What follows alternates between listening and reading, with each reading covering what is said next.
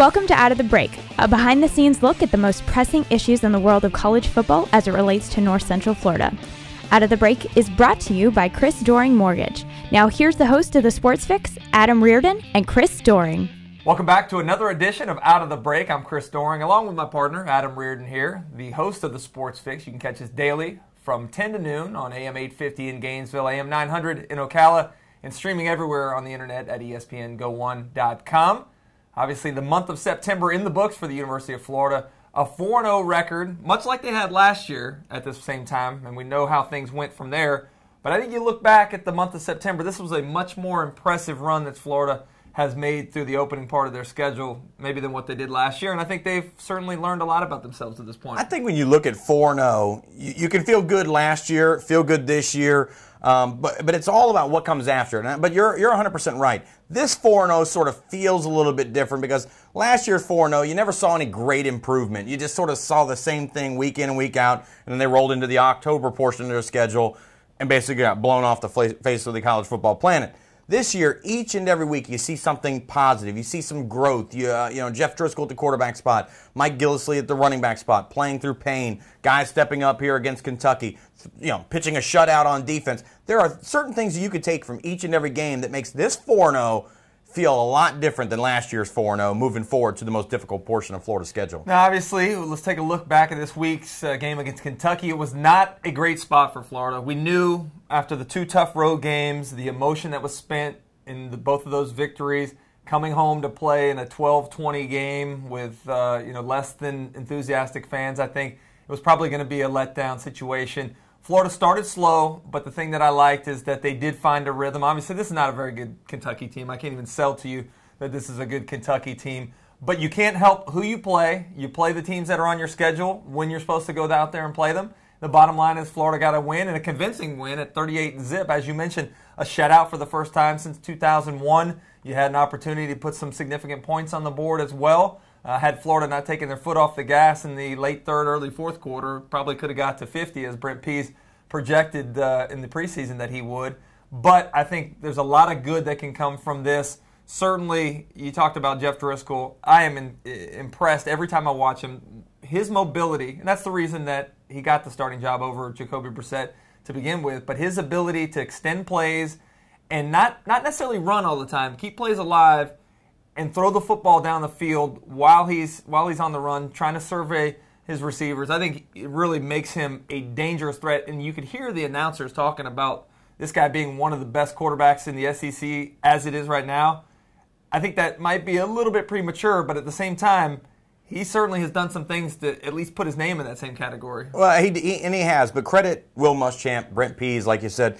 Each and every week, they've opened up the playbook for him. Each and every week, it seems like he gets more and more responsibility. Finally threw an interception this year, because he went down the football field. I mean, which is okay. You throw a pick here, eventually you're going to need him to go down the football field. You can't ask him to go down the field against an LSU for the first time. So they've given him a little bit more each and every game, and he's answered that call. Was he spectacular last weekend? No, but he didn't need to be. He needed to manage the football game. Threw one touchdown, threw one interception. That's just fine. The touchdown throw was tremendous, too, Absolutely. By the way. You look at that throw, the confidence that he had in his arm, the confidence that he had in his receiver to get to the hole where there was about 3 defenders surrounding him.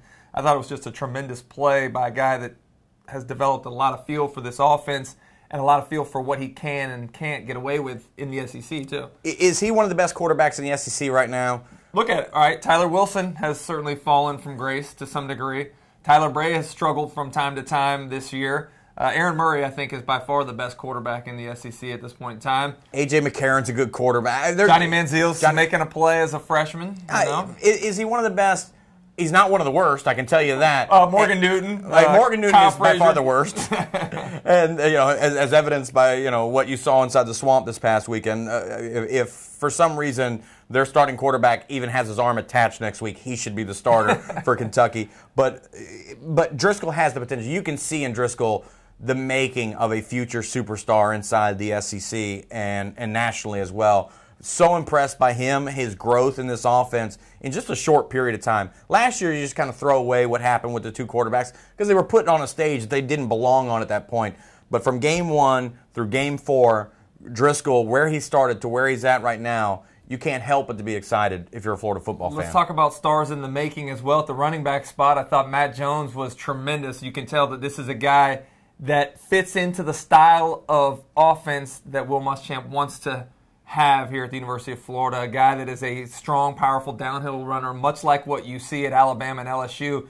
And it's no coincidence that teams around the conference are trying to pattern themselves after what Nick Saban and Les Miles have rolled out there, given the success they've had, not only in the conference, but nationally as well. No, I think that's what you want. Everything comes full circle in football. We talk about spread option, we talk about fun and gun, we talk about all these different offenses, but in the end, the one tried and true offense, to me personally, and the one that it'll always go back to, you'll default to in football, is that sort of offense with a fullback and a strong running back, power running, play action, over the top, couple of wide receivers, and that's what Nick Saban's doing right now. It's why he's winning. LSU does it for the most part like that as well. It's why they're one of the top teams in the country.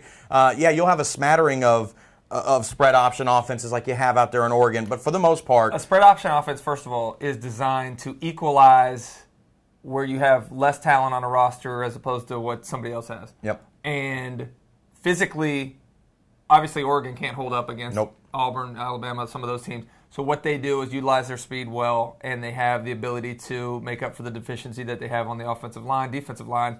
But I think that nowadays we're seeing a lot more of the teams that are able to recruit the top talent getting away from that because it's so gimmicky and so finesse-oriented. It's so gimmicky and finesse, and then eventually somebody will catch up with it. If you have the talent that Alabama has, you just line up, you play football, real-life football, and for the most part, you're going to win. Because to me, it's the most fundamentally sound brand of football when you play it like that. And when you're Nick Saban, what do you coach? Fundamentals. Everybody do your job. Nobody make a mistake. And that's why it's so good. And if Florida wants to get to that, is it going to be as fun inside the swamp as it was back in the 90s when you guys were chucking it around? Maybe not. But I'll tell you what, if you were an Alabama fan, you watch the product they put out on the field each and every Saturday, I'm sure Florida fans would take that. Florida would certainly take that, and probably would take what LSU's been rolling out there as well. LSU rolls into the swamp here in a little over a week and a half, but let's take a look at what Florida has this week with the bye, an opportunity to regroup.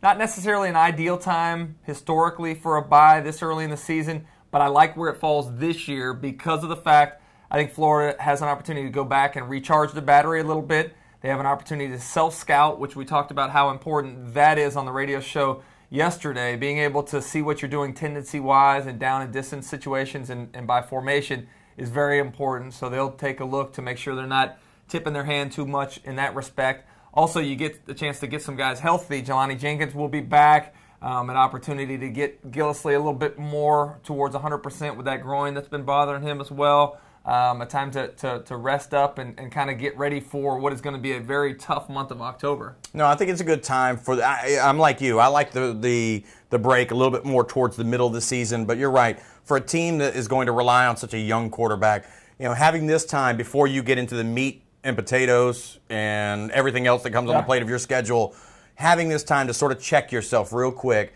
get everything in order before you have LSU rolled into town, to me is almost you probably couldn't have scripted it better if you're Will Muschamp and the staff for this team and where it's at right now. So I think this week is good. Get everybody healthy, get everything going 110% before LSU comes into town because they're one of the top 3 teams in the country, and this week off may help you beat them. Not to mention the fact that you get a chance to game plan a little bit more, focus on them for a longer period of time, which we know how good the coaching staff's been in just 15 minutes at halftime. They did great adjustments and second half game plans with the success Florida's had. I believe that the 3rd straight week of shutting out their opponent in the second half of football games. At least shutting them down. No points, I believe, for any of the teams that they've played. So that is, I guess Tennessee scored a little bit there. It's shutouts in the 4th quarter. Excuse me for that mistake. But I will say that I believe that Florida will have a chance to really put together a great game plan for LSU. We'll talk more about that game next week, but we're going to take a break right now. When we come back, we're going to take a look around the state, Florida State, Miami. Big week for the Big 3 here in the state of Florida. We'll do that on the other side. Stick with us.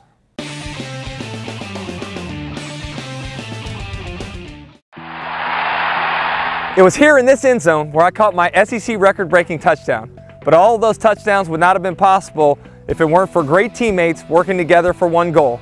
The same is true when it comes to purchasing a home. At Chris Doering Mortgage, our experienced and knowledgeable team can handle all types of loans. And like football, timing is everything. With rates at historic lows and prices from a decade ago, now is the time to buy. Call us today to put my all-star team to work for you. Chris Doering Mortgage, a name you know, a name you can trust.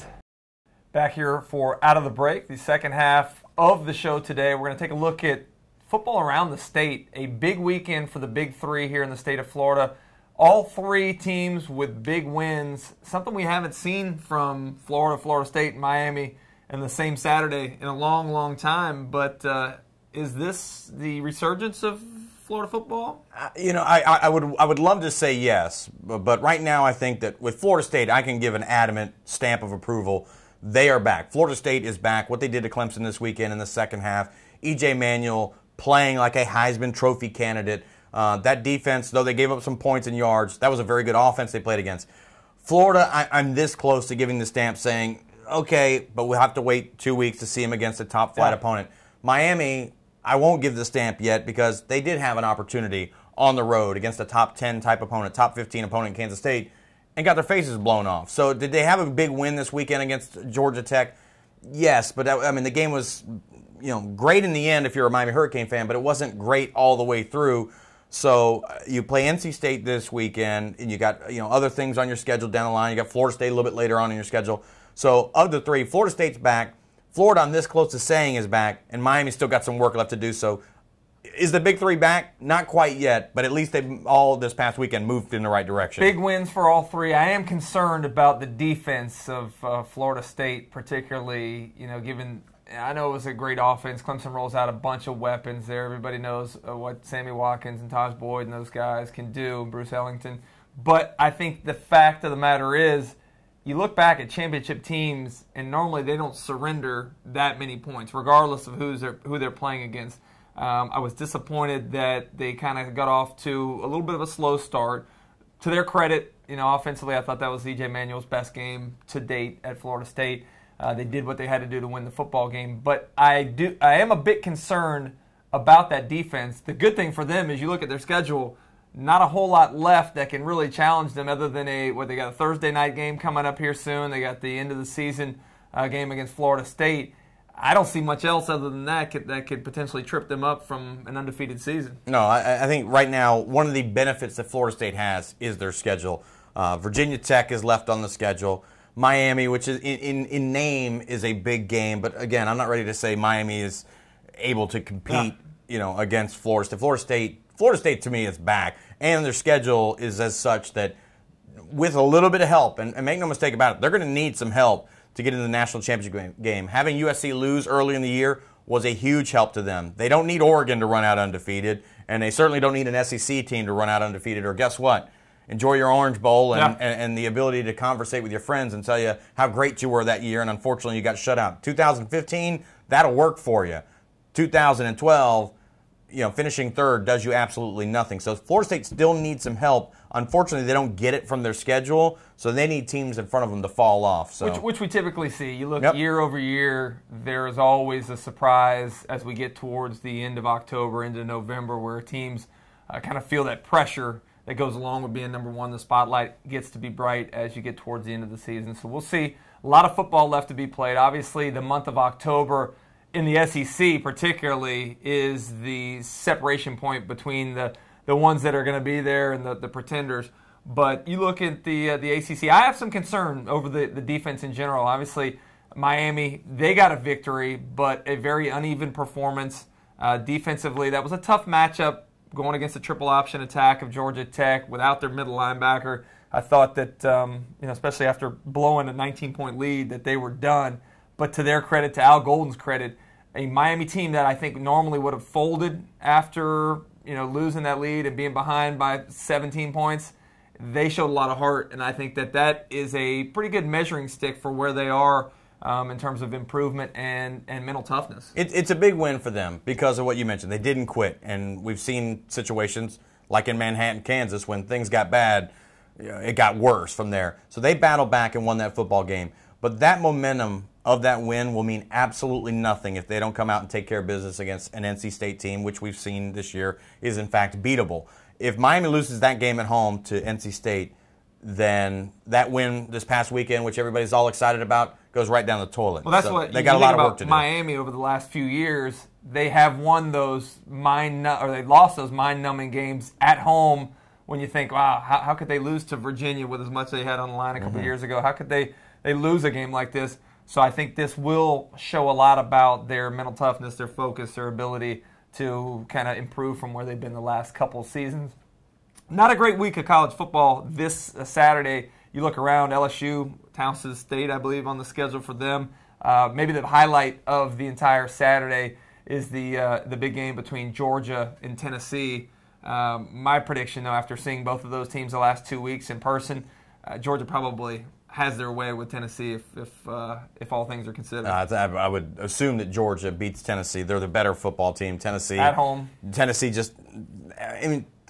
is okay. Tennessee's an okay football team. I don't want to take anything away from Florida's win. That's why when you look at Florida's 4-0 right now, and it's a better way to start than 3-1 or 2-2 or God forbid anything worse than that. So you go out and win every single football game. Tennessee, to me, at the end of the year, will look up and they'll be a 6-6, maybe a 7-5 football team. And I think 7-5 is maybe even Derek Dooley back, if that's the case. No. I think Derek Dooley might have lost half of his job in Knoxville 2 weekends ago. Well, that loss to Florida, obviously a tight game with Akron this past Saturday that I did for TV and all. But it is it's going to be a major merry-go-round in terms of jobs sooner probably rather than later in the conference. You got to believe that John L. Smith won't be asked back. You got to believe. I'm surprised John L. Smith is asked back on a weekly basis, let alone at the end of the season. You got to imagine Joker's going to be out of Kentucky. Derek Dooley, a lot of pressure there from the fans. Not real happy with the production and the progression of that team. So at least 3 guys. Gene Chizik better get his act together because Chizik on the hot seat in Auburn 2 years after winning a national championship. It's tough in the SEC. That's why you get paid the $3-4 million contracts that you do. With that goes a lot of expectation, a lot of pressure as well. We appreciate you joining us for this week's Out of the Break. We're going to go ahead and check back with you next week as we kind of wrap up college football from the week before and also preview that big game against LSU here in the Swamp. Thanks for joining us.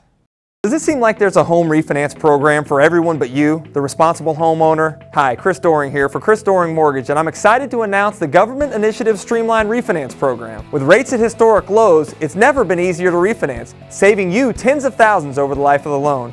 If you've made your current payment on time for the past 12 months, you may be able to refinance with no appraisal, no income verification, and no closing costs. Not sure if you qualify? Give us a call. Don't miss this once-in-a-lifetime opportunity. Chris Doering Mortgage, a name you know, a name you can trust. Out of the Break is brought to you by Chris Doering Mortgage.